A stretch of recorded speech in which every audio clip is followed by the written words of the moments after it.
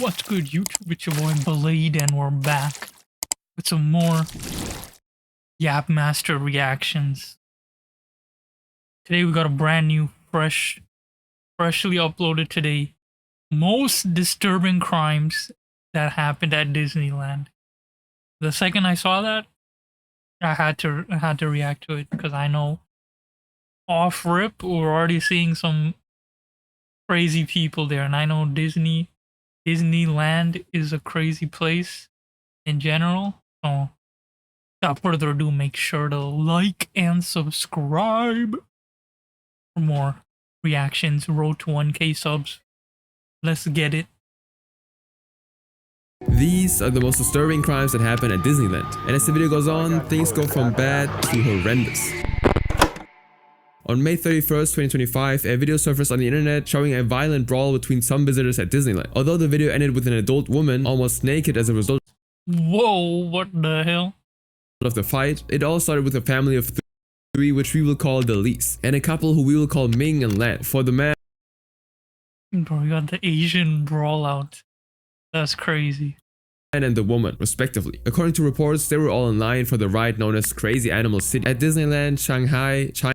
Oh, this happened in Disneyland, Shanghai. Okay.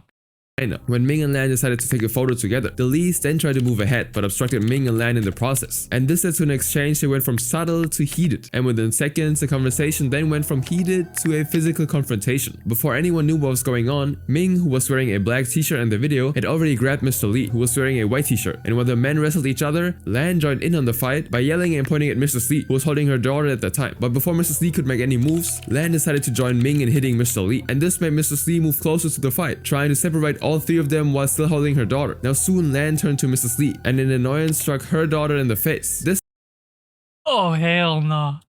caused Mrs. Lee to break down into tears and crouch on the ground. And as she cried, Lan went back to the two men to join in on the ongoing scuffle and helped to wrestle Mr. Lee to the ground. And as soon as Mrs. Lee saw her husband hit the ground, she pulled herself together, moved closer to the brawl, and reached out her arms to her husband to help him get up. Now at the time the fight Oh, we got backup support. They're like, yo, I'll hold your kid. Yo, you come and tag in. This is a 2v1. We need a 2v2. already attracted a large audience who watched in shock, with some of them making an effort to end the fight, but all of their attempts to end the brawl ended in vain until the security personnel who worked at the park arrived at the scene to put an end to it all. Now at the end of everything, no one was actually critically injured, and so no one was actually arrested. However, these particular guests may later get punished by Disneyland itself, and that is because the park of course frowns at violent behavior from guests and has even added several rules about tourist behavior on their website. Please show common courtesy both on-site and online. To fellow park guests are cast members, including but not limited to staff and performers, and the Disney characters, and do not use profanity or offensive behavior. Another rule states, please respect fellow guests while queuing. Be careful not to bump into and push others in the queue. Guests are not permitted to use personal belongings of any kind, including but not limited to strollers, raincoats, and blankets, etc. To reserve viewing places while waiting for shows. The entire party should wait together. Obviously, some of these rules have been broken, which is why the involved guests in the brawl could lose their access into the park for a limited or even an unlimited period of time. And this penalty is known to all guests through the Disneyland website, where it says, we reserve the right to deny admission to any person or to require a person already admitted to leave the park immediately without refund or compensation for failure to comply with any of the park rules, relevant rules, for unsafe, illegal, disruptive, or offensive behavior that causes suspension or attractions of entertainment performances, to ensure safety, security, or order, or if you consider that the circumstances so require. While this crime involved a possible ban, this next case is worse, since it saw a guest go Naked man arrested after climbing atop Disneyland restaurant. crazy in the most disturbing way. A man is in custody after trespassing at Disneyland and roaming around naked. The bear moment. W title. On April 14th, 2025, some Disneyland guests had their dinner at Tiana's place completely ruined when another guest decided to be the main character in the most unsettling way. It was around 10 p.m. that night when the Anaheim police suddenly received a call to help Disneyland security kick out a man we will call Matthew, who was disturbing other guests at the restaurant. But before the police would arrive at the scene, a video of Why does his name have to be... Oh my god. Matthew had started making rounds on the internet, and Matthew can be seen nakedly parading himself around Tiana's place and eventually climbing onto the roof of the restaurant. He also made gestures towards other guests and eventually threatened to check himself out of this world, leaving a little girl terrified and in tears. Which made this even more disturbing was that Disneyland is generally considered a family-friendly theme park that welcomes people of any age. Specifically, Tiana's Palace is known to be one of the places of attraction for kids in the park, and this is because it is a quick-service restaurant modeled after the fictional eatery owned by Princess Tiana in the 2009 animated film, The Princess and the Frog. Now, immediately after the park management learned about Matthew's behavior, they closed the restaurant completely and briefly evacuated the guests from the park's New Orleans Square. The park security then forced Matthew to come down from the roof at the restaurant before detaining him inside the park and then calling the police. After the police arrived, they started investigating the case and discovered that Matthew had engaged in substance abuse and that it was the substance that was responsible for his misbehavior. Although his name wasn't disclosed to the public, an Anaheim police spokesperson told CBS that he's a 38-year-old man from Calgary, Alberta. What the f... Bro came all the way from Canada? Calgary, Alberta.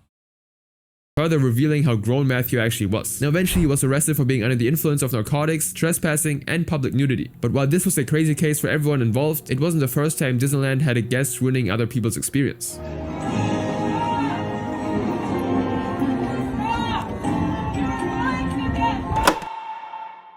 The It's a Small World attraction at Disneyland is This dude went into the attraction and just walked in there.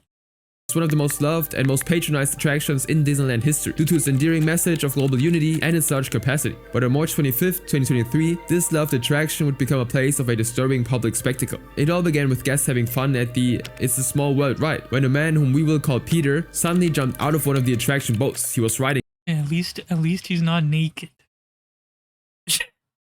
and started displaying erratic behavior. He started by stripping himself naked in the Okay, never mind. presence of everyone, and then proceeded to wade in the water around the park where boats exited the ride. From there, he went on to sit on the ride of the canal as he watched everyone look at him awkwardly. According to one Disneyland guest named Hunter Coast, who posted a video of Peter online, Hunter was in line for the ride with his family. When his aunt directed his attention to the naked man, Hunter generally thought Peter was only being funny, but he soon realized that his behavior could ruin the beautiful experience for children waiting to get on the attraction. And this very concern made adult guests report Peter to Disneyland employees, who immediately stopped the ride and escalated the situation to the park security. Now, they responded, but it still wasn't an easy task to get him off there. According to reports, it took about 45 minutes for 5 security guards and the Anaheim Police Department to have Peter contained. And after he was taken away from the attraction, the police conducted an investigation and determined that just like Matthew, he was also under the influence of a controlled substance. So Peter was then taken to the hospital as a precaution to be sure his condition wouldn't get any worse. And although his real identity was also kept secret, the police stated that he was a 26-year-old man who came to the park just like every other guest and actually had no ill intentions. This, however, didn't stop the police from arresting Peter and charging him with indecent exposure and being under the influence of a controlled substance. And while this case made the ride stop temporarily, this next one caused a massive evacuation since it involved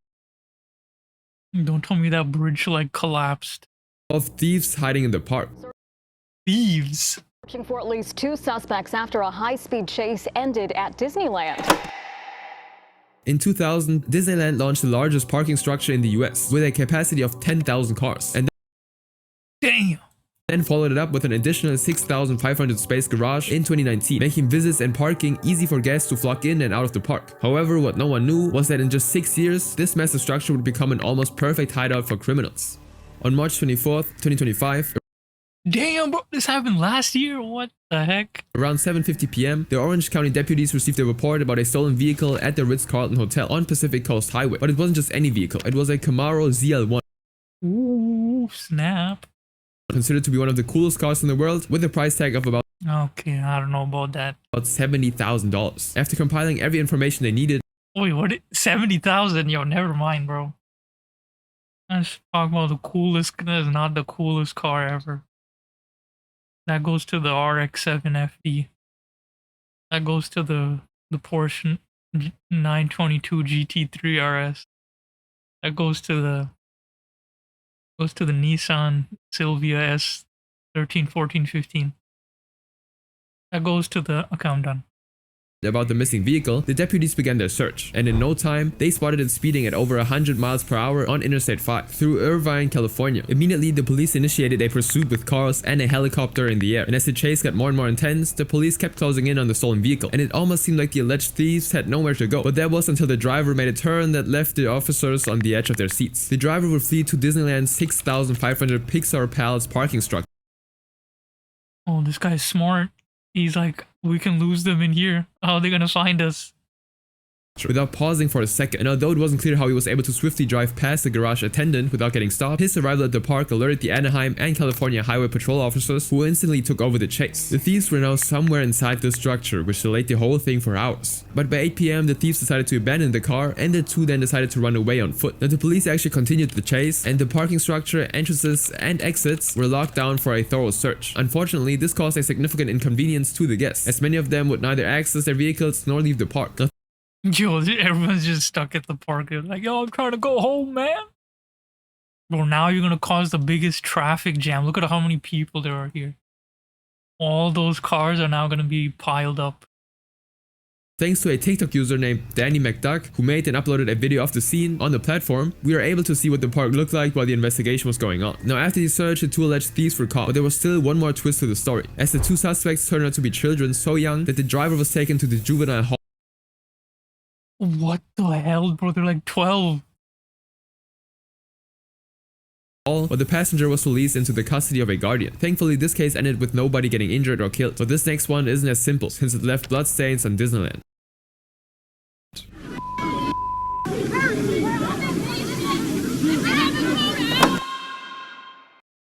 The sign spark?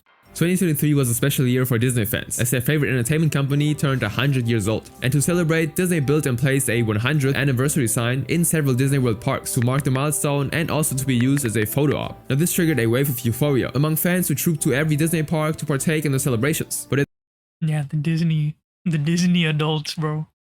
at the Magic Kingdom theme park, Walt Disney World Resort, some fans would cross the line, leaving behind horrific stains that would require a massive cover-up from Disney. It happened on May 15, 2023, when a family we will call the Taylors asked another family who we will call the Browns to move over, so they could have a family picture in front of Disney's 100th anniversary sign. But for unknown reasons, the Browns simply didn't want to move, prompting a member of the family to punch one of the Taylors in the face. From there, a serious fight ensued, attracting So the Chinese fight is the same problem. And this is the same problem. Man's just wanted to take a picture and was like, yo, are you done? And can you move? I want to take a picture, please. And they were like, no. And then he immediately just went, bam. And we have a brawl. Super Smash Bros. the attention of other guests in the park, and one of them decided to make a video that shows two families throwing punches at each other, with one man being wrestled to the ground and other family members pulling and shoving each other. The video, which lasted for about 37 seconds, ended with Disney workers and a security officer arriving at the scene to split them up. But by the time the intervention occurred, at least one person had been badly injured, and according to reports, that person was eventually given medical treatment. This was confirmed by a video. Wait. Person had been badly injured. At the scene following the fight, but that person didn't want to press. What do you mean? What do you mean you didn't want to press charges? And according to They beat you bloody beat down. Why would you not press charges? reports, that person was eventually given medical treatment. This was confirmed by a video shared by TikTok user Jay Frosty. This is the aftermath. Oh my god, we're gonna see like blood stains all over. Well, good thing the freaking pavement is red already. Showing the aftermath of the brawl. In the clip, Disney custodial teams can be seen spraying and covering what appears Oh, they're hiding everything, bro. to be a huge bloodstain on the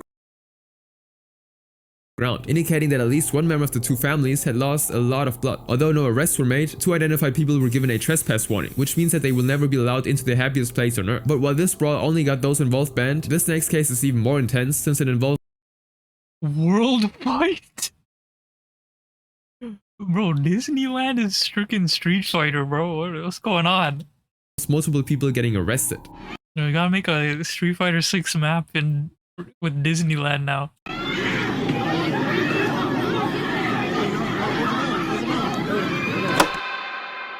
Back in When lines break. So this is probably another simple thing that could have been avoided.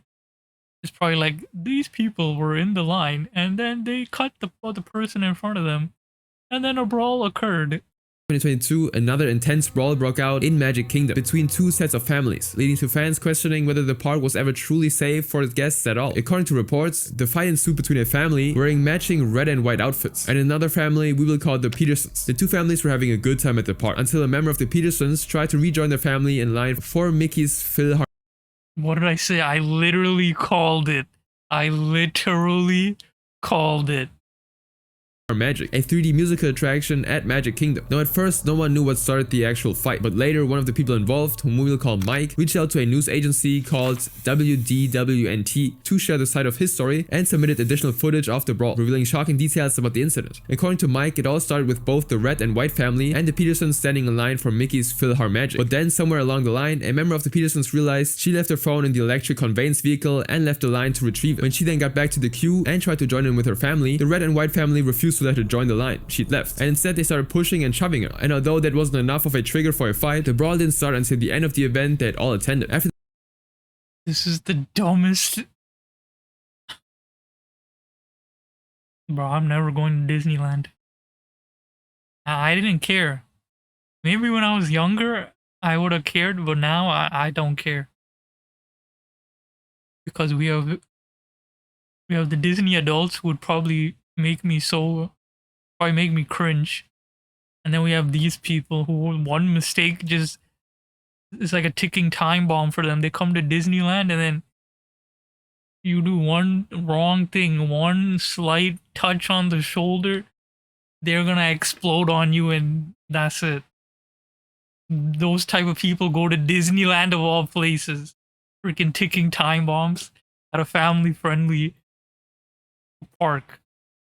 the Petersons exited the theater, they met the red and white family waiting outside, and from their hostile glare, it was obvious that they were waiting to confront the Petersons. Now, in an attempt to de-escalate the situation, one of the Petersons allegedly said to the red and whites, "Listen man, we don't want trouble. We don't appreciate you guys pushing my younger sister." and while it's not clear how the red and whites responded, the situation quickly went from a normal conversations to a shouting contest. And before anyone knew what was going on, the two families were already locked in a serious altercation. And not long after the brawl started, some bystanders caught it on camera and posted it on different platforms. Most of the uploaded videos lasted about 45 seconds, with no indication that the fight was coming to an end, and no security officers were seen trying to put an end to it. And this very fight made people start questioning the effectiveness of Disney's security system, with concerned guests making different posts emphasizing the need for them to improve their commitment to the safety to the fans. But according to a witness interviewed by Fox 35, she mentioned that security personnel did arrive at the scene when the fight was almost over, saying, "We came upon it, and it appeared as though it took about 2 minutes for 2 security personnel to arrive. Deputies arrived probably about 5 minutes after that." However, Mike's footage, which is about a minute and a half long, only shows other guests along with 2 cast members intervening to end the fight, and it was them who eventually broke it up successfully. According to reports, the security officer later came to escort everyone involved in the brawl to separate secure locations where they all gave their statements. But by then, a lot of damage had been done. The Petersons reported having some of their items broken or missing, with one member of their family taken away in an ambulance due to a large laceration on his chin. Other members of both families also suffered cuts and bruises, which were treated in the park. But that didn't stop the authorities from slamming them with appropriate punishments for disturbing the peace. After the deputies conducted their investigation, they found 3 people guilty of misdemeanor battery and arrested them, while Disney banned everyone involved in the fight from visiting the park ever again. But that still wasn't enough, as the company would take it a step further by adding a courtesy drop-down tab on its website under the section that says "Preparing for your visit." This section reads, "Be the magic you want to see in the world. You must always remember to treat others with respect, kindness, and compassion. Those who can't live up to the simple wish may be asked to leave Walt Disney World Resort." and although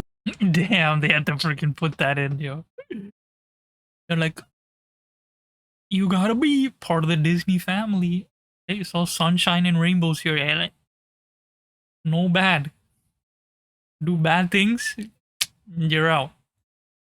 this case ended with arrests, this next one is terrifying since it involves explosions. Someone tried to bomb Disneyland. And a scare at the happiest place on earth. Investigators this morning are trying to find out who set off a small explosion at Disneyland in Anaheim, California. On May Freezing outburst? 28th, 2013, the day at Disneyland started like any other crowded summer afternoon, with families filling the walkways and music drifting through the air. But within moments, that illusion of perfection was shattered by an unexpected blast that forced thousands of guests to evacuate in fear. It all started when a Disney employee named Christian Barnes, who works at a vending cart outside of Toontown, concluded his shift and was going to be relieved by a colleague, whom we will call Harry. When Harry got to the vending cart that Christian had just left, he opened it to check what's left, but suddenly it exploded. This guy got set up. He's like, alright man, I'm done my shift. Alright bro, have a good rest of your day. And then he was like, okay, time to check the stock.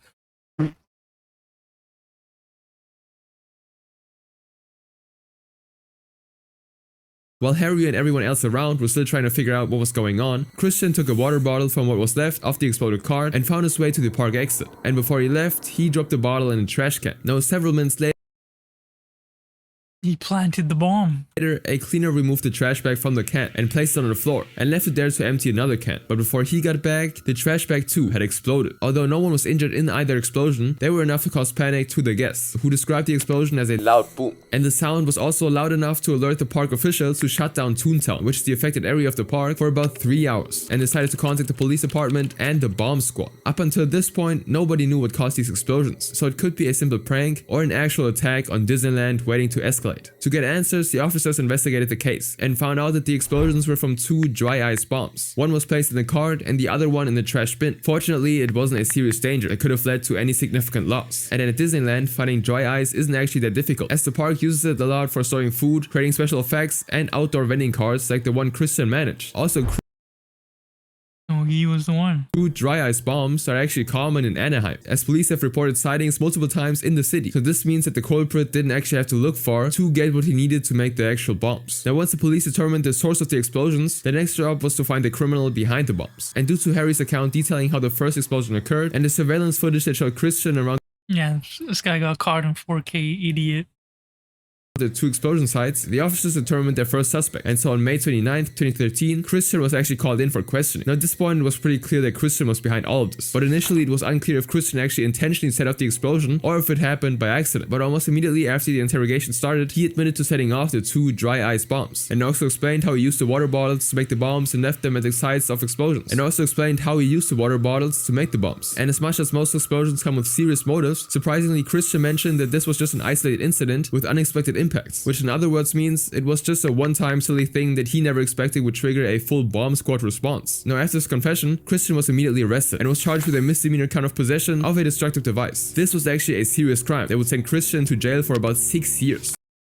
Oh, he effed around and found out.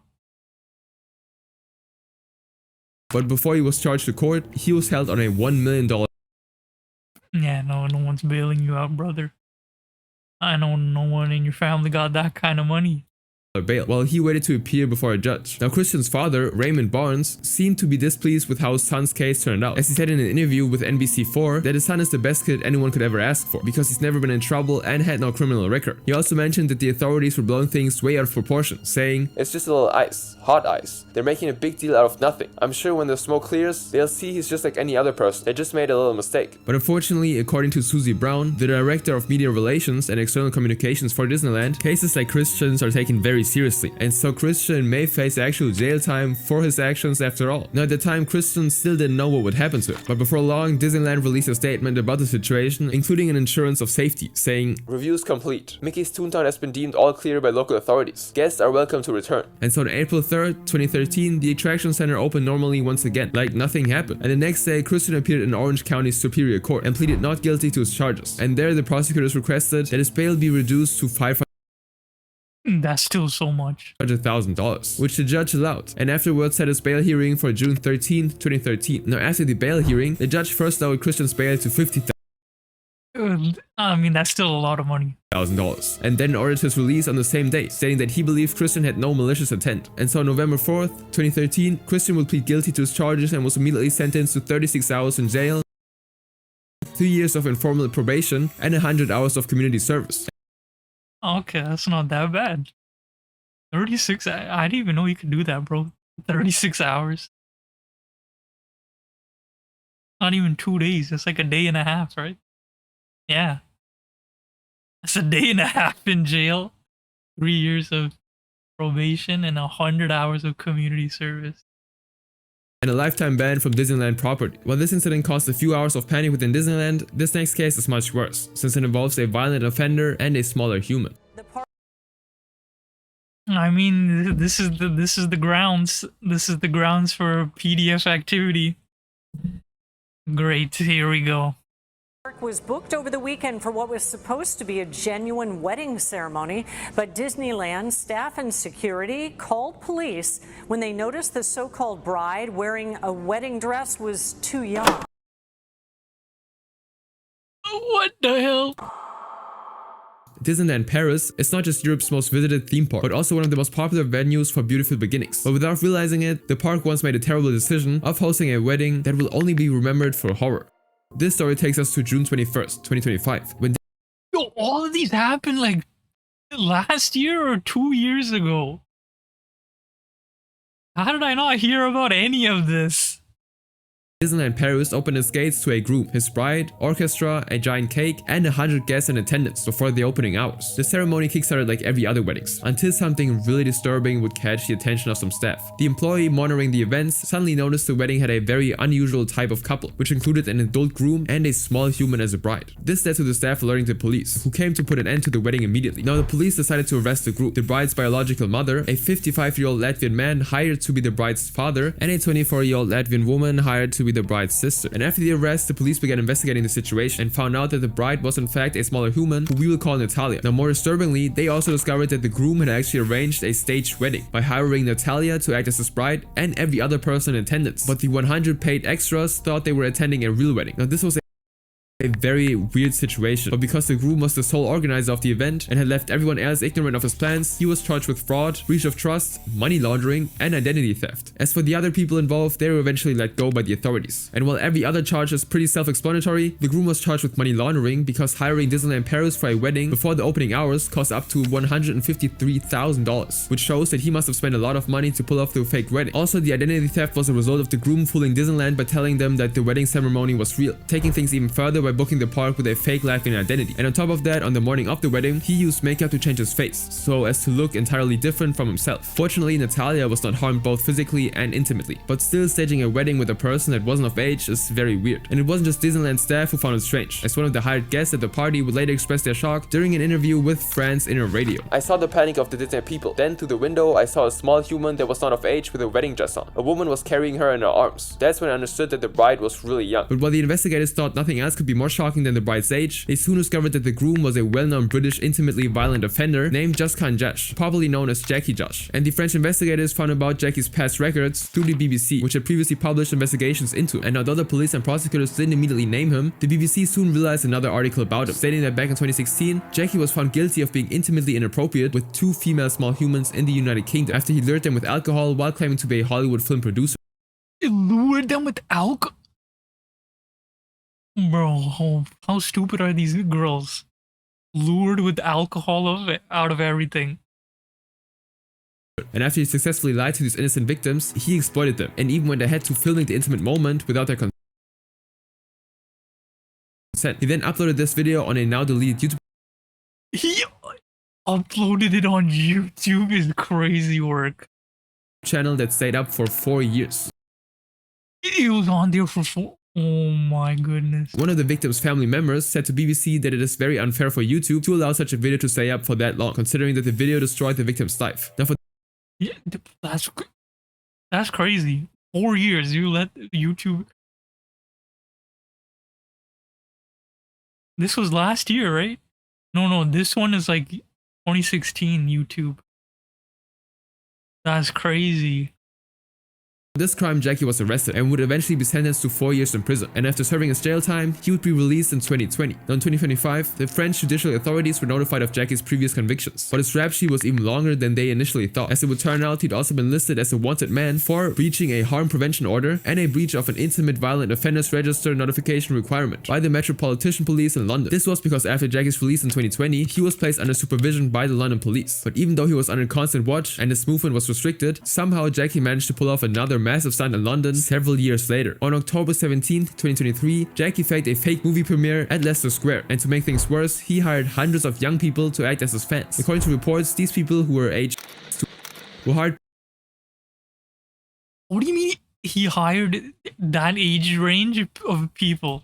By an organization known as Project BRT from an agency called Jam 2000. These people were instructed to scream for Jackie and make an effort to touch him as he walked by, and some of them were reported to have freely touched his hands and back as he paraded up and down in different outfits. In addition to the small humans, Project BRT also booked about 100 young women between the ages of to 24 from another company known as Universal Extras to also act as Jackie's fans. Now this is so extremely weird that the BBC reached out to the older cast of the event to ask questions about how they got hired, and at the end of the interview, text messages sent by Universal Extras 85 euros?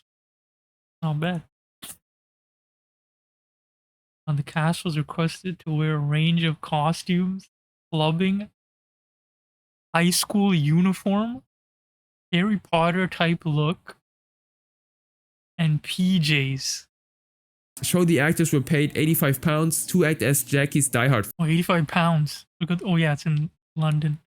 UK. fans who cried, tried to reach him, and passed out from loving him excessively. They were also asked to appear in different costumes, including clubbing high school uniform, What does that even mean, bro? What the hell does clubbing high school uniform?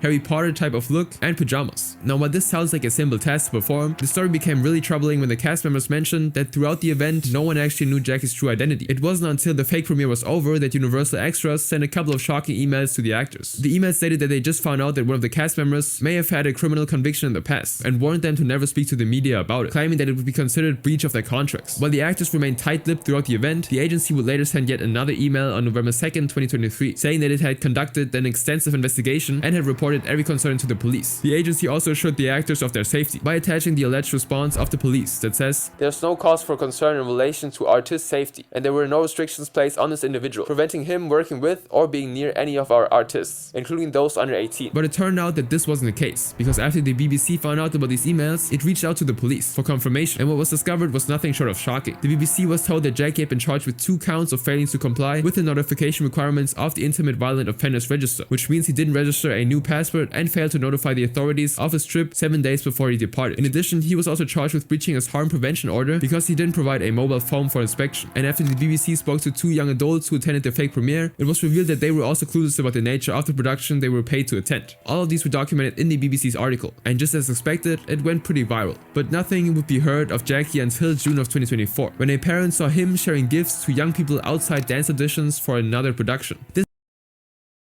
This guy just loves... can't even say it. Small humans. His parent recognized him immediately and reported him to the police, prompting his immediate arrest. However, Jackie was soon again released, since his offense was considered minimal, although it ended up attracting further investigation by the BBC. And then Jackie moved from the UK to France, where he would organize the infamous Disney wedding that landed him in much bigger trouble. Now, at the time of this video, Jackie remains in custody and hasn't been sentenced yet. But while this violent offender was just a one-time guest at Disneyland, this next case takes things up a notch, since the criminal is a Disney employee. What did he do? He looks like someone that touches kids. It's either he touched kids, he might have been in the costume. He either touched kids or he did an essay. He did an essay with the Disney princesses. That's my suggestion. That's what I'm going with. He either touched kids or he essayed the Disney princess workers. The legal action is aimed at Disney and its employee accused of taking video up a girl's skirt. I told you. On March 31st, 2023, a female cast member at Disney Studios Florida, whom we will call Laura, made a report to the Orange County Sheriff's Office about a male employee who she caught filming a female guest inappropriately. After receiving this report via a phone call, the officers called in Laura to give them details of how the incident occurred. In a redacted video, Laura told the sheriffs that she was in Dog Owner's shop, standing next to the register when she saw the male employee acting strangely. The man was there to direct a queue of guests waiting to buy lightsabers while holding different menus of the product. And at the time, a female guest, whom we will call Amanda, was next in line to purchase the lightsabers. But before she could actually buy anything, the employee suddenly dropped one of the menus he was holding, which fell directly in front of him. And that was the moment the unimaginable happened. Laura told the sheriffs that she suspected that the employee was taking pictures of Amanda's underskirt. And when the sheriffs asked why she thought so, she said, You know he was taking photos. Well, in Did you my see a mind, light flash? I Or did not see a flash, okay. but You hear it clicking or? no, it was very Just loud in assumption, there. right. It is my assumption, Right. yes. Okay. Especially because there was no need for him to reach that way. Of course. To pick up his menu. Right. And it was no need for him to have his phone out either. Okay. And there's no phone in that position either, so I it wasn't understand. like a work phone or anything. Right. Laura was also asked if the employee knew that she saw him, to which she answered, I don't know if he knows that I saw him, but as soon as he did it, he like put his phone back away, and then he turned around and made eye contact, and then he turned back around really fast. And then that's when I called my peers and reported. After the interview, the officers then went down to Disney Studios and searched for the said employee, and in no time they found him, informed him that they were there to question him, and conducted a thorough search of him. They confiscated his personal possessions, including his phone and his ID card, revealing his identity to be a 26-year-old man named George Diaz Vega. He's 26. This guy does not look 26 at all. This guy looks like 36, bro. Oh my goodness. Bro, this is why kids are calling 26, 27 unk, bro. We're not unk. This guy needs to get sober up and look younger, bro. He needs to hit the gym, get all that face fat out. Know what I'm saying? Jesus Christ, bro. 26 and you look like this? Oh my god. Afterwards, he was then led to a vacant room in the studio where he was interviewed by the sheriffs. One of the officers started by telling him the reason for the meeting with them and proceeded to ask them about the reported incident. Now for a while, he wasn't really cooperating with them, but later told them that he had a confession to make on one condition. Can you close the door? I wanna express. I wanna tell you the whole thing. Sure. Hang on a second. If you close the door. Oh, sure. Go on in, Chris. Close the door. I mean, you don't have to talk to me if you don't want to. I'm just saying. Okay. Have a confession for me. Okay. Although his confession part was redacted, according to an arrest statement, We know that George admitted that he's been taking What do you mean it was redacted? What did he say? It's so bad that you couldn't leak it to us. videos up dresses/skirts of unknown females in the Disney World theme parks for approximately 6 years.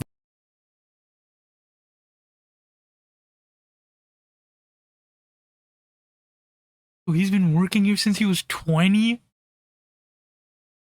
Well, this guy's probably just been eating all the garbage food there for 6 years. That's why he's freaking fat. Oh my days. Just standing around like a big chungus, bro.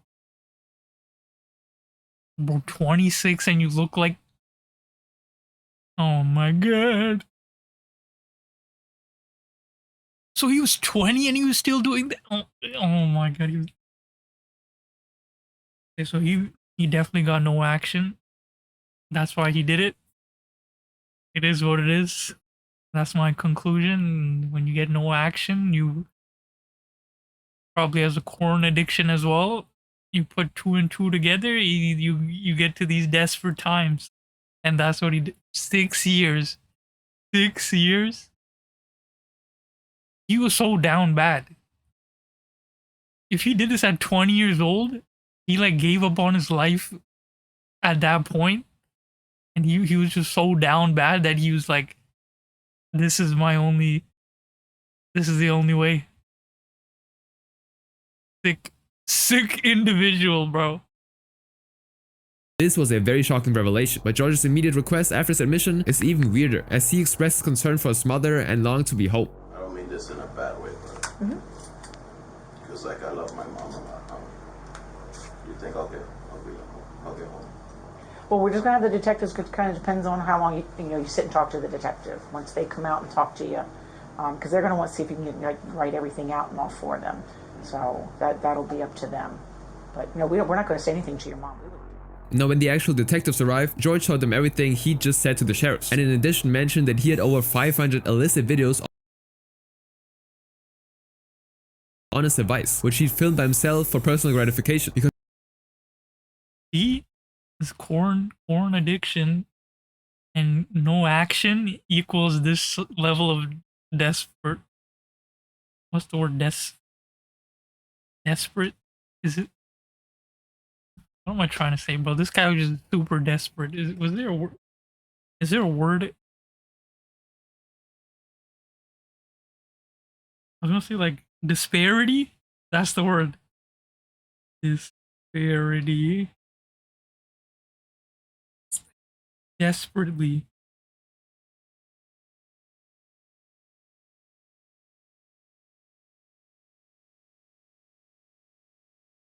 No, despair isn't that a different word? Despair.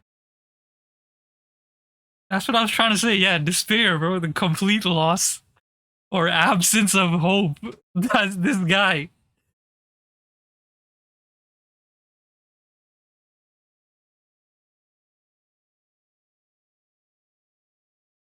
Disparity, yeah. No, that's not what I was trying to say. A difference in level or treatment, especially one that is seen as unfair.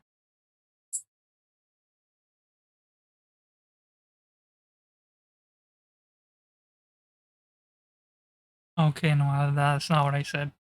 I meant desperately, not disparity. Okay, desperately. Use that desperate. He could no longer find similar videos on online websites. Now, to probably bail himself out of the situation, George then apologized for what he'd done and told Yeah, she's like, I'm sorry, I won't do it again. Please don't tell my mom. the investigators that he had a mental health condition, saying, Oh yeah, this is the scapegoat. Yup. This is the new era, bro. This is the new era of escaping anything. This is the Uno reverse for this whole generation. I know what I did was wrong, and I do not mean to cause any harm. I have autism, and the times I was doing it, I didn't know the consequences. Does he really have autism? How do we fact check? Did they fact check it?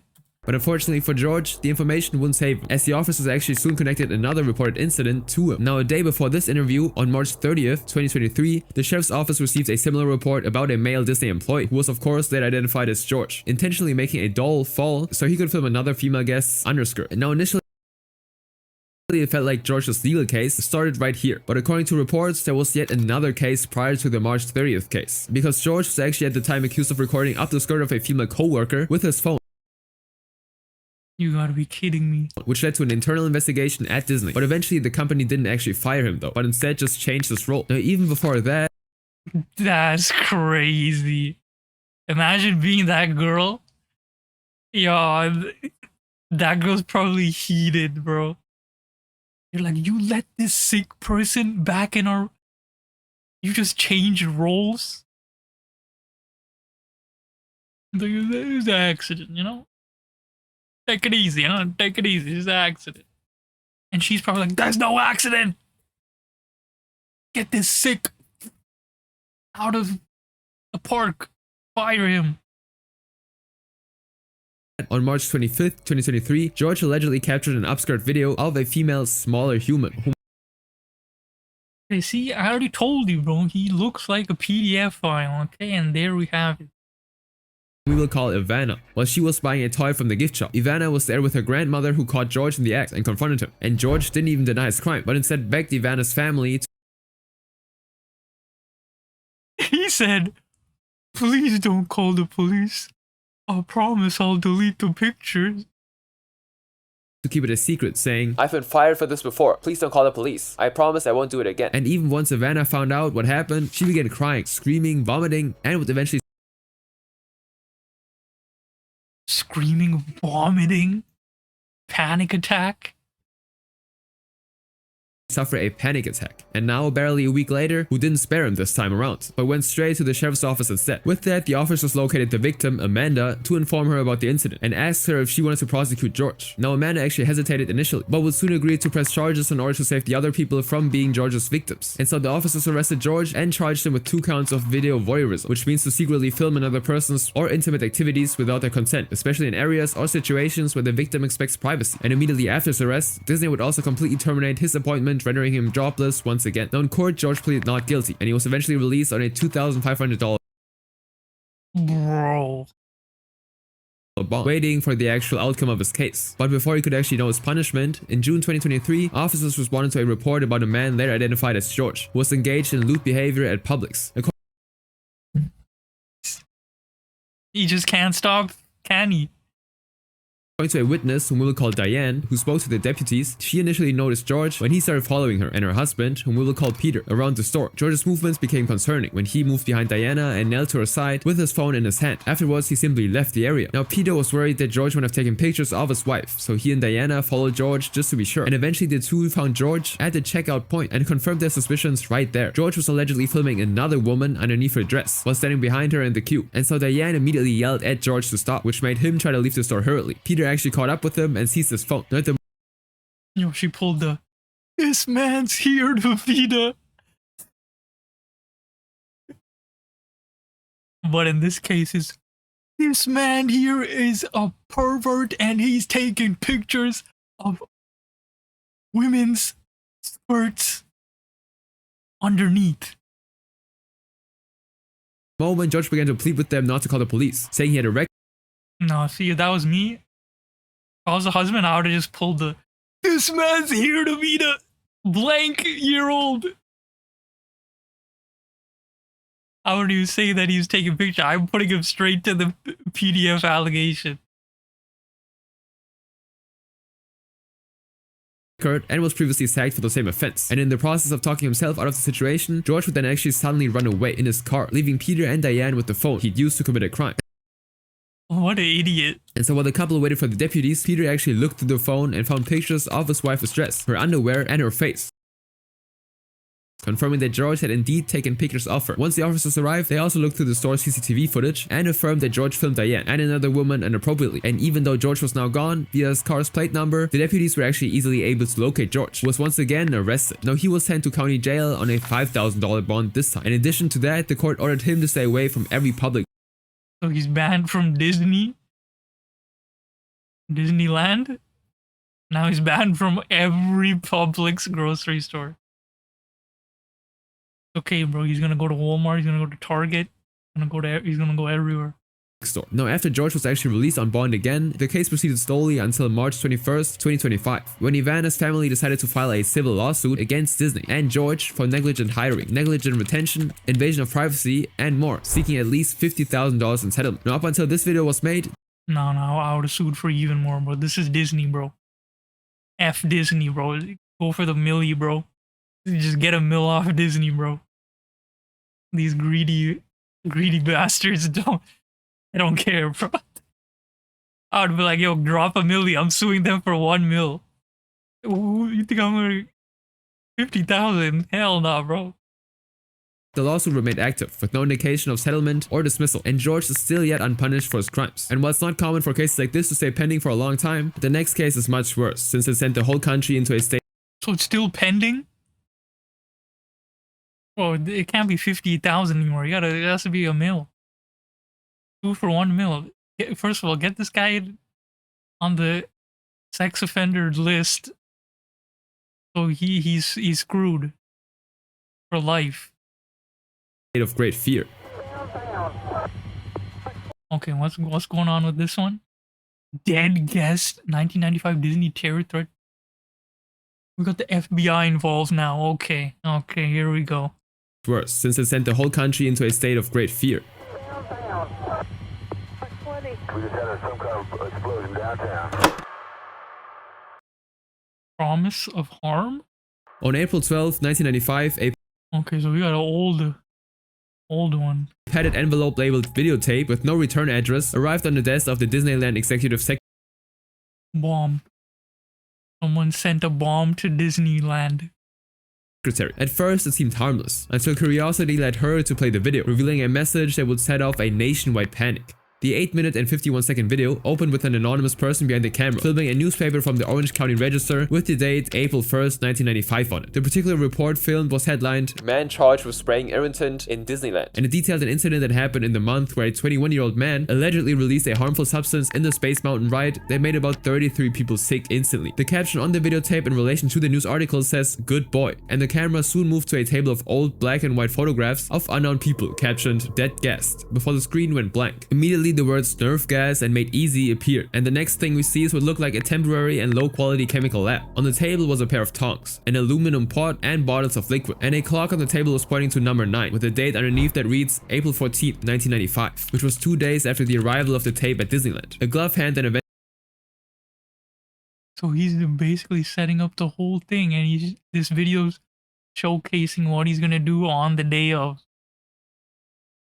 Eventually started to work with the chemicals and eventually pulled out small glass pots of a pink substance and another colorless substance. Next thing that appeared on the screen was a refrigerator. It had a yellow container of antifreeze and other unknown items wrapped in tinfoil. Towards the end of the video is a shot that was filmed from a motel across the street from Disneyland, close to where the parking lot used to be. And once again, the words "dead guest" appeared on the screen before the video went blank. At the end of the video, a Spanish TV show from 1988, Cámara Infragante, played, and it made the whole video seem like it originally contained the TV show, which the anonymous person recorded on. Now this content immediately sent chills down the secretary's spine and prompted her to immediately remove the tape, all while being careful to ensure any potential fingerprints were preserved. The secretary then took the tape to the security manager, who then informed the higher authorities. Immediately, the FBI, Anaheim police officers, Orange County bomb squad, and public health officials were deployed into the park in anticipation. We got the whole team on this now. The whole team is on this of a possible attack, and what followed was a tightening sense of fear as everyone involved braced themselves for the uncertainty ahead. Now the officers involved were all given chemical warfare gear. Yo, this is insane. I mean, it has to be like this because this is a threat. This is a literal, this dude who sent this is a full bomb threat or like chemical warfare threat.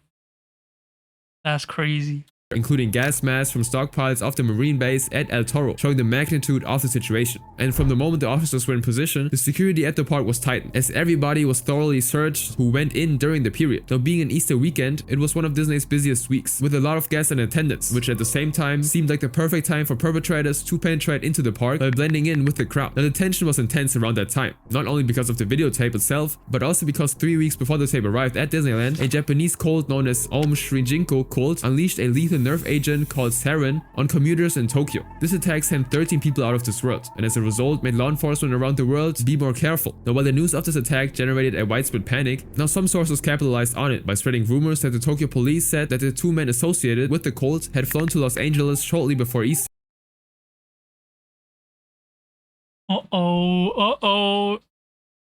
And the same sources also claimed that both men were arrested upon arrival in LA, but no one actually knew their whereabouts at the time Disneyland received the threats. But the rumors would do more damage than good to the public. The FBI debunked the story, but never commented about the reason for deploying the officers and bomb squad to Disneyland. And of course, the guests didn't know about the VHS tape, which simply left the public unconvinced that the cult members weren't roaming around freely in the United States. To worsen the situation, a Japanese National Police Agency official also declined any comment concerning 2 Japanese men who were reportedly questioned at the Los Angeles airport. Now another reason for the internal panic of the Disney company was a result of Disney receiving bomb threats because of a movie the company released around the same time named Priest. The Catholic organization was really pissed about the movie and protested against it because it featured a homosexual priest. But while Disneyland was packed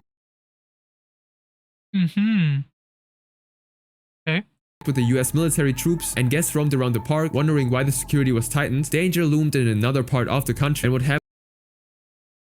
These guys pulled the switcheroo, fakeroo.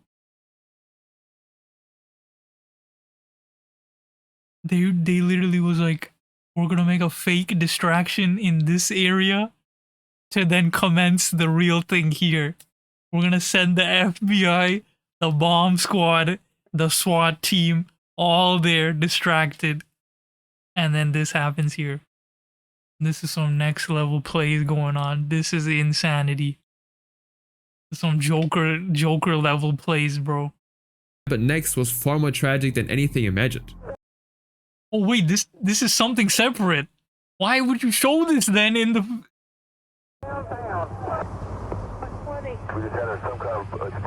Any security was tightened, danger loomed in another part of the country, and what happened next was far more tragic than any... Danger loomed in another part of the country. The security was tightened, danger loomed in another part of the country, and what happened next was far more tragic than anything imagined.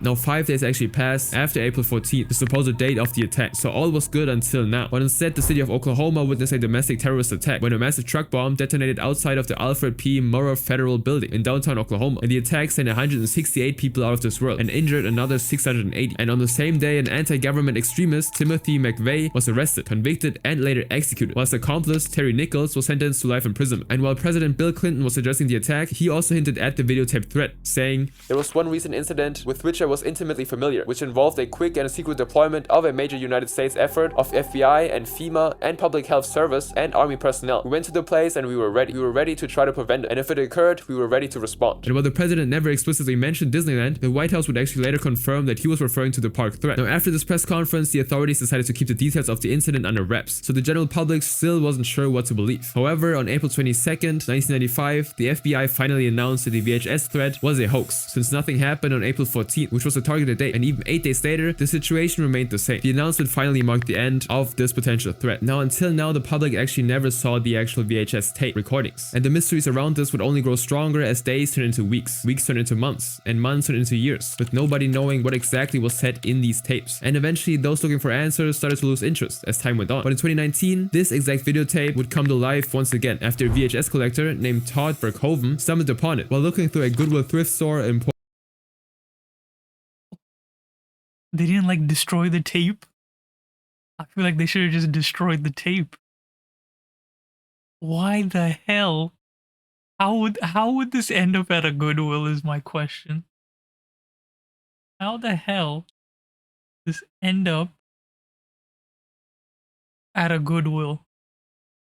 Portland, Oregon. Todd generally collects old videos that have been lost to time and posts them on his YouTube channel named Dr. RPVHS. And as soon as he found this video and watched it, he knew he had found something different from his usual finds. He then wrote in the video description, "Of all the haunted VHS tapes I've ever found, this one is the most haunted." And Todd then asked the online investigators to help him solve the mystery. In the video, the name Jerry Hill was written on the tape, together with the printed label 199MNY252958. And once again, this discovery sparked curiosity among those who knew about the hoax, with the new generation joining the train of intrigue. And more than the question of what happened decades ago were other questions like, who is Jerry Hill? Why did he have the tape? And what do the numbers mean written on it? And before Mason, what do the numbers mean?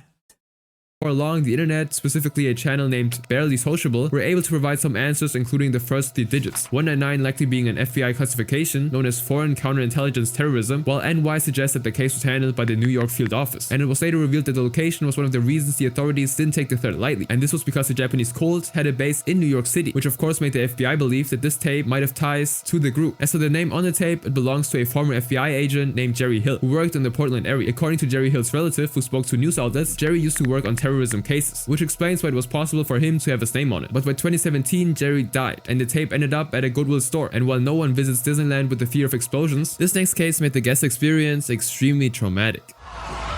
A wild brawl breaks out. I'd be brawling like it's freaking Super Smash Bros, man. Come on. Inside Disney Concert Hall Thursday evening. Wait, this looks like a graduation. What the hell is going on here? During a graduation ceremony. When it comes to graduation ceremonies, they usually begin with a Yo, that's a fire graduation, bro. Bro, what kind of rich high school? Or is it like a university or college? Bro, to have your graduation at Disneyland? That's like the biggest flex of your life. Bro, if I was in high school and my graduation was at Disneyland or Disney World, I would never live that down, bro. That's gonna be like a core memory for life. That would be insanity. lot of excitement and end in the same way. But on June 13, 2024, what started as a celebration at the Walt Disney Concert Hall ended in the most horrifying way. This wasn't a regular graduation ceremony, but a program known as Operation Graduation, which is a collaborative ceremony organized by the Los Angeles County Probation Department and the Los Angeles County Office of Education. It celebrates high school students who've earned their diploma in juvenile detention, probation camps. Oh, so this is for those people. So you give those people this type of treatment? You give juvenile people this luxurious treatment for graduation. Okay. Okay, that's nice. And community schools. The ceremony was organized for over 100 Los Angeles County high school graduates, including more than 24 youths who are on probation. And the actual graduation ceremony began on a good note, as expected, with the detained probation youth being closely watched and eventually escorted out of the auditorium. They were then placed in a secure holding area after their program had been concluded. But things were just about to take a dark turn.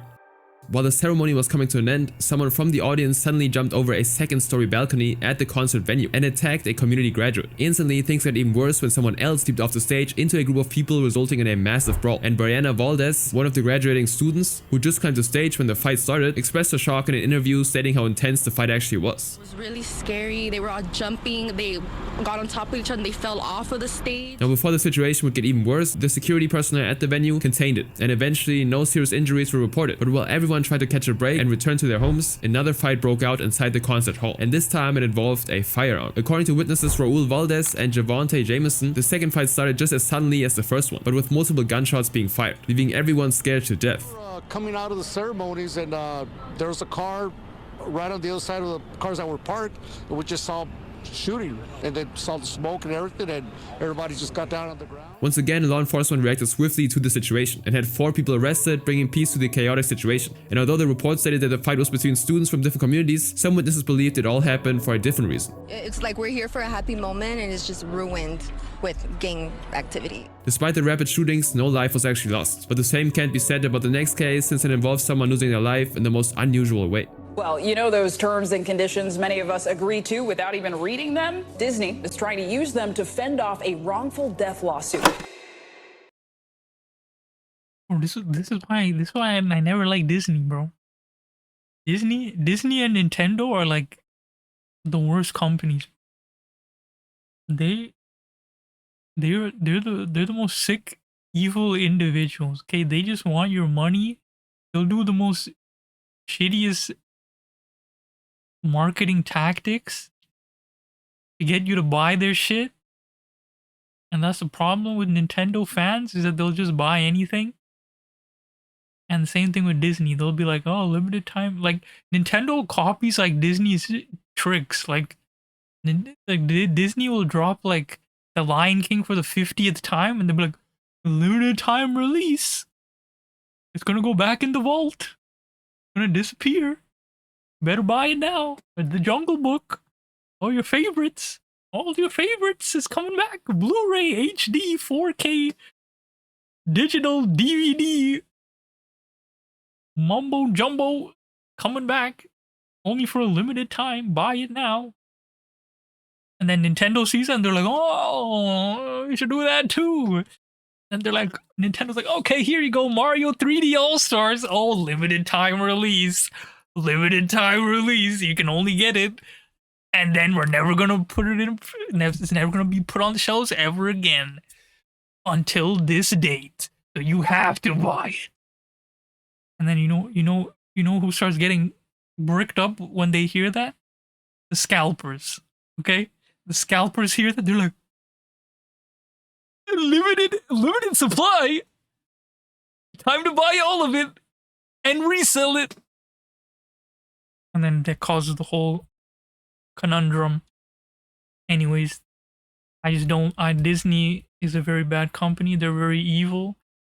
And Nintendo literally took all their ideas and they do it for their games. And people still eat it up.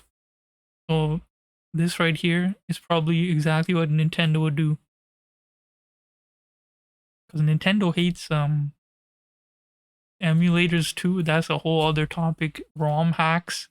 Bro, you drop a Pokemon hack, if it becomes too popular and they get word, cease and desist, bro. That's Nintendo's favorite word. Same thing with Disney. Cease and desist is their favorite word. They get so horny when they hear that. On October 5th, 2023, Jeffrey Piccolo had dinner with his wife, Dr. Kenneth Porn. Jeffrey Piccolo?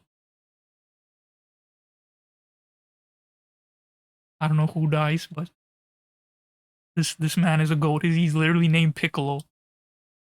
Tang Xuan and his mother, Jackie Piccolo, at Disney Springs, after which the three went their separate ways. Oh, his last name is Piccolo? Yeah, she's a Namekian. Now, approximately 45 minutes later, Jeffrey would receive a disturbing call, stating his wife had just collapsed and died from food allergy. Jeffrey couldn't believe his ears, not only because his wife was young and healthy, but because he was sure about an hour ago that they wouldn't be having any food allergy issues. That was because Jeffrey and his family carefully and intentionally chose the Raglan Road Irish Pub restaurant because they believed the restaurant, and especially Disney, wouldn't be careless about food allergies. For context, Disney is known as one of the most allergy-safe places to visit, at least since 2015, when Disneyland and Walt Disney World Resorts introduced allergy-friendly menus. And fast forward to 2017, Disney would even get recognition from the Food Allergy Research and Education Group as an industry leader in providing safe, quality dining experiences to guests with allergies and special diets. And this is even boldly stated on the Disney website food blog for anyone who wants to actually read it. This was really important to Jeffrey and his family, and it in a way influenced their choice of restaurant because Canuck porn was highly allergic to dairy and nuts. This means that one wrong ingredient, without them knowing, could very well mean chronic pain or even worse, death for Canuck porn. Now, once they settled in, they informed the waiter about her allergy, and here oh man, they even informed. Assured all of them that they would prepare dishes that are safe for her, and so they ordered a vegan fritter, scallops, onion rings, and a vegan shepherd's pie. Now, when Shepherd's pie, vegan fritter. What's a fritter? Is that like an apple fritter? Scallops, onion rings. the server actually returned with the food, some of the items didn't actually have the allergen-free flags in them. Oh, they in big trouble now. Which made Jeffrey and Canuck porn question the waiter again about the allergens, to which he responded with an assurance that the food was safe. And That's hella sus. Should Piccolo, should he have ate it first to identify? Or is it, or you can't do that?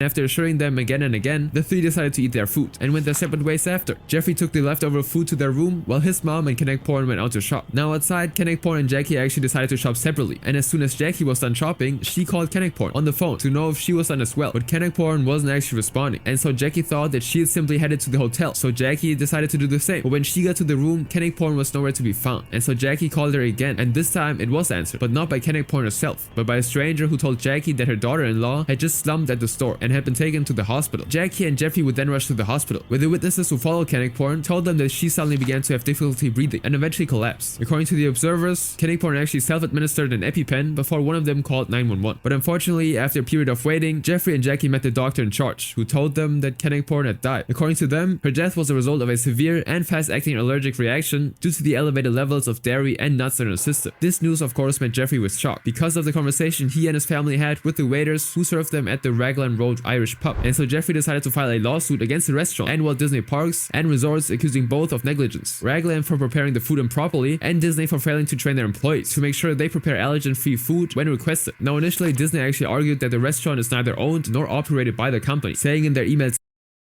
"What the f-? Yeah, so I told you I don't like them." Statement that they're defending the company against any attempt to include them in a lawsuit meant to be solely against Raglan, because in reality Raglan Road is not owned and operated by Disney, but by the Great Irish Pubs Florida Incorporated. However, Jeffrey's attorney countered that the lease agreement between the parties is in part evidence of Disney's right of control over the actions of Raglan Road, and with that Disney was still forced to remain in the case. But this is when Disney decided to pull out their ace card. On May 31st, 2024, Disney attorneys devised another means to dismiss Jeffrey's lawsuit, and this time they chose to dig up the terms and conditions he agreed to when signing up for the Disney Plus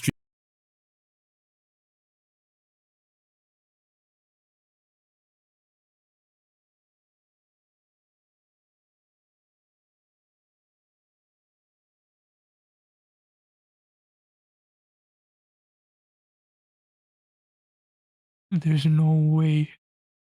streaming service in 2019. According to Disney, Jeffrey created a Disney Plus account on his PlayStation and agreed to the terms of use that states users agree to settle any disputes with the company out of court via arbitration. And the company also claimed that 2019 wasn't the only time Jeffrey agreed to such a contract, but also in 2023 when he bought Disney Plus theme park tickets using his Disney account. And Jeffrey's attorneys actually confirmed that truly Jeffrey did create a Disney Plus account in 2019, but he actually cancelled the subscription during the trial and never used it afterwards. They then responded to Disney's claims, saying that it is wrong to actually state that a person who signs up up for a 1-month free trial without expanding beyond the trial period will have to waive the right to a jury trial forever, and instead will agree to arbitrage any dispute against Disney and its affiliates. In addition to that, Jeffrey's lawyers also argued that Jeffrey agreed to these terms on behalf of himself and not his wife, whom the lawsuit was actually about. Now when it became public, That's true. There's some Phoenix Wright Ace attorney going on or back and forth.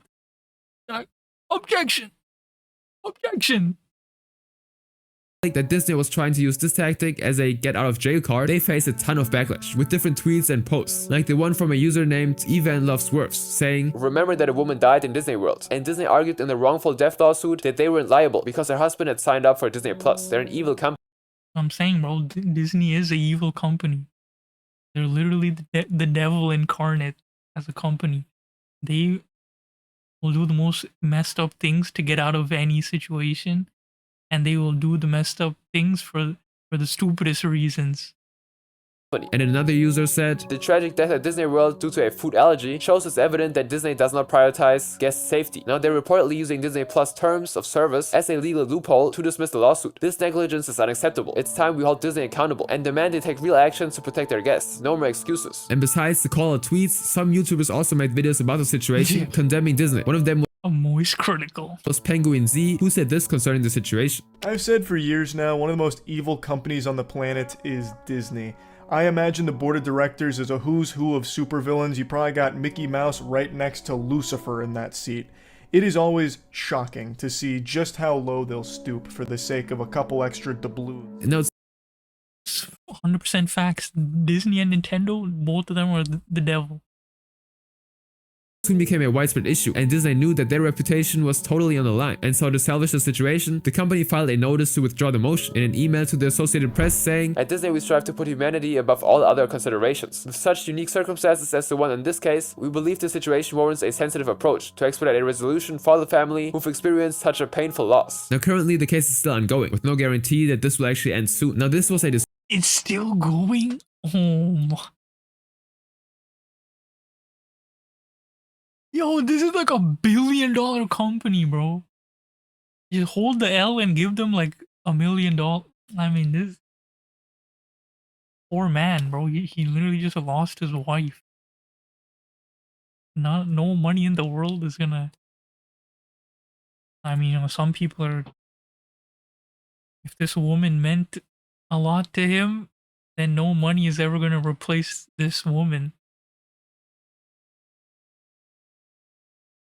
You gotta kill the wife of the owner of the Disneyland. You gotta go for the revenge kill.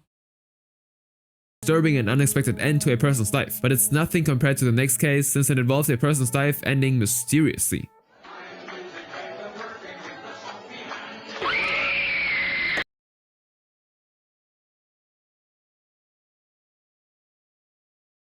Oh my god.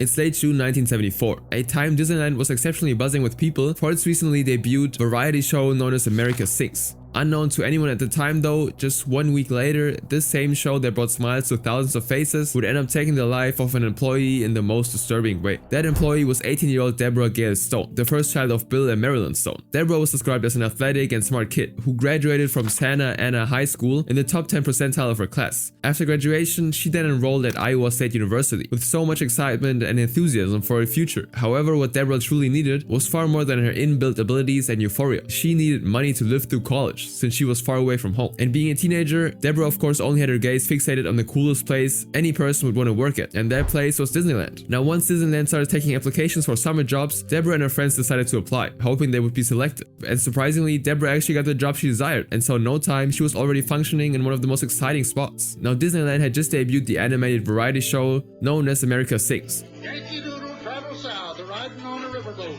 played a tune and sang it out. It sounded like a... It was a show that paid tribute to America's musical history and performed it by rotating the theater where guests sat around a central stage in 6 steps, just like a ride. Altogether, the show lasted 24 minutes and featured 4 acts, each of which was a medley of tunes performed by audio animatronic animals. Now, unlike many other rides in the park where Disney workers only stayed behind the scenes, certain rides required someone beautiful and smart enough to welcome patrons before the start of the show and bid them goodbye after the theater had completely rotated around the 6 musical scenes. Welcome to our presentation of America Sings. Not the actual footage. Okay. A few last reminders before we start. Please, no smoking or eating, and especially no flash photography here in our theater. And so for American Sings, Deborah, a pretty young and upbeat woman, seemed like the ideal cast member, and so she mastered her job as the show hostess. And on July 8th, she was placed on the evening shift. But before the show could actually start, Deborah had something else to be excited about. Her boyfriend had just proposed to her earlier that day, and so she called her parents to ask if— Damn, bro, at like 18 years old? God damn. Oh, y'all had money back then? it was okay to get married. Now, according to her parents, they were happy for her, which means they gave her their blessings. After the positive response, Deborah went ahead to do her job, and the show began like every other of its kind, but its end came with a tragic twist. Around 10:30 p.m., the guests had just experienced the last musical scene, and the stage was moving into the position to begin a new cycle, when one of the guests, Daniel Robinson, and saw what looked like a little child was being pulled between the moving walls. And once the stage stopped moving, the guests informed the operators who rushed to the scene, only to be met with a gruesome sight. Somehow, the two passing walls had crushed Deborah to death, leaving her remains almost unidentifiable. Now, why Deborah was between those walls has stayed a mystery for over 5 decades, with loads of speculations and myths being passed down from one generation to another. While some believe Deborah's hair might have been caught in the moving walls, other hosts of the show had claimed that it wasn't unusual for staff to playfully hop from one wall to another. But in Deborah's case, no one ever saw her doing that on the night of the incident.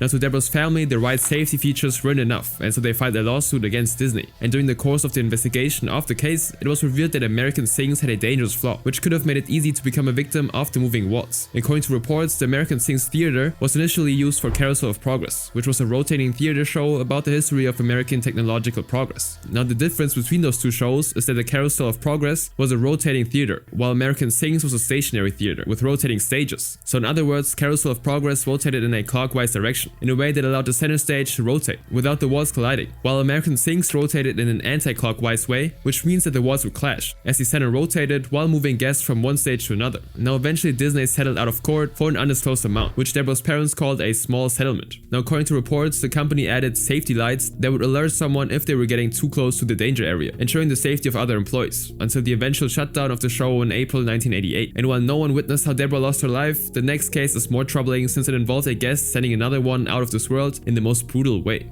Disneyland was about to witness a dark incident that would shake its image and expose serious flaws in its safety system. For the first time in its 26-year history, someone lost their life inside the park. Long before 1981, Disneyland had launched a grad night program that brings every Southern California high school senior together to celebrate their graduation. This event is one of the reasons Disneyland had a lot of teenagers in the park on March 7, 1981. However, at the same time, the Roar Corp, a defense and aerospace firm, was also hosting a private after-hours party for their employees and their families at Disneyland. One of the attendees was 18-year-old Mel Christian Yorba, whose father, Edward Joseph Yorba, was an employee at Roar Corp before his death in 1978. While Mel and his friends were having fun around the park, he crossed paths with 28-year-old James O'Driscoll, who was there with his girlfriend, Julie Holdener, at the Tomorrowland section. Now suddenly, for whatever reason, Julie told James that Mel had either pinched or fondled her unprovoked. And what the heck? this got James really mad that he had to confront Mel about it, and from there the situation turned into a scuffle. Now during this fight, Mel and his friends later managed to run away, but James just simply wasn't satisfied with that. According to Julie, she told James to let go of the situation, but James instead ran after Mel and his friends. He got a hold of Mel again and continued to fight it, but before anyone could stop them, James actually pulled out an 8.5-inch knife and oh no. stabbed Mel in the chest. As expected, Mel started bleeding profusely, leading the security guards of the park to rush to his aid. And that moment, it dawned on James that he'd landed himself in serious trouble, and so he decided to flee the scene. He first paused at the Sleeping Beauty castle to toss the knife he used into the moat, and proceeded to hide his blood-soaked shirt in a women's restroom trash can. And from there, James ran to the Adventure Railroad, where he curled up in a fetal position to hide himself. Now at first, the attention was actually divided. While some officers were looking for James, some had their attention on the dying Mel, who was unconscious from bleeding so heavily. The security guards called a nurse employed by Disneyland named Elizabeth Miko for intervention, but instead of actually giving him first aid and calling an ambulance, Elizabeth suggested that Mel be taken out of the park to a hospital immediately. And so Mel, who'd already bled for about 20 minutes, was then taken into a park van without any first aid kit and driven to the hospital. And it took actually 10 minutes to locate one named Palm Harbor. Unfortunately, by the time they arrived, Mel already bled out and was pronounced dead on arrival. Now, while all of this was going on, the officers who stayed at Disneyland kept looking for James and eventually found and arrested him. And Julie, who was not reported to be in hiding, was also arrested. However, the next day, she was then released without getting charged due to lack of evidence. James, on the other hand, was charged with taking a life, to which he pleaded not guilty. On April 13, 1981, while James awaited trial, Mel Yorba's family would file a lawsuit against Disneyland, seeking $60 million in damage. According to the family lawyer, John Luedo, the suit was not intended to punish the amusement park, but to ensure that a similar incident would not be handled the same way in the future. And by handled the same way, Mel's family meant that Mel's death, although was from his stab wounds, would have been avoided if the park called 911 or an ambulance to take him to the hospital right away. Mel's stepfather, Clarence Reynolds, and his mother, Ellen Reynolds, claimed that Disneyland had a policy of not calling paramedics and ambulances onto park property, and that municipal police or security agencies aren't actually allowed in the park. According to Mel's attorney, if an ambulance was called to transport Mel, paramedics would have given him blood and oxygen, placed him in a pressurized unit to stabilize his heart, and have been in contact with a trauma doctor who would have guided them on what to do more, hence saving his life. In addition, the lawsuit also claimed that Disneyland didn't allow paramedics on its property because it would tarnish the park's perfect image, which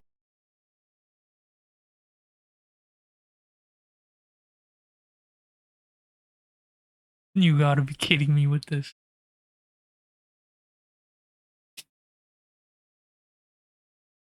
So if something were to happen, they're not allowed? You're telling me they're not allowed?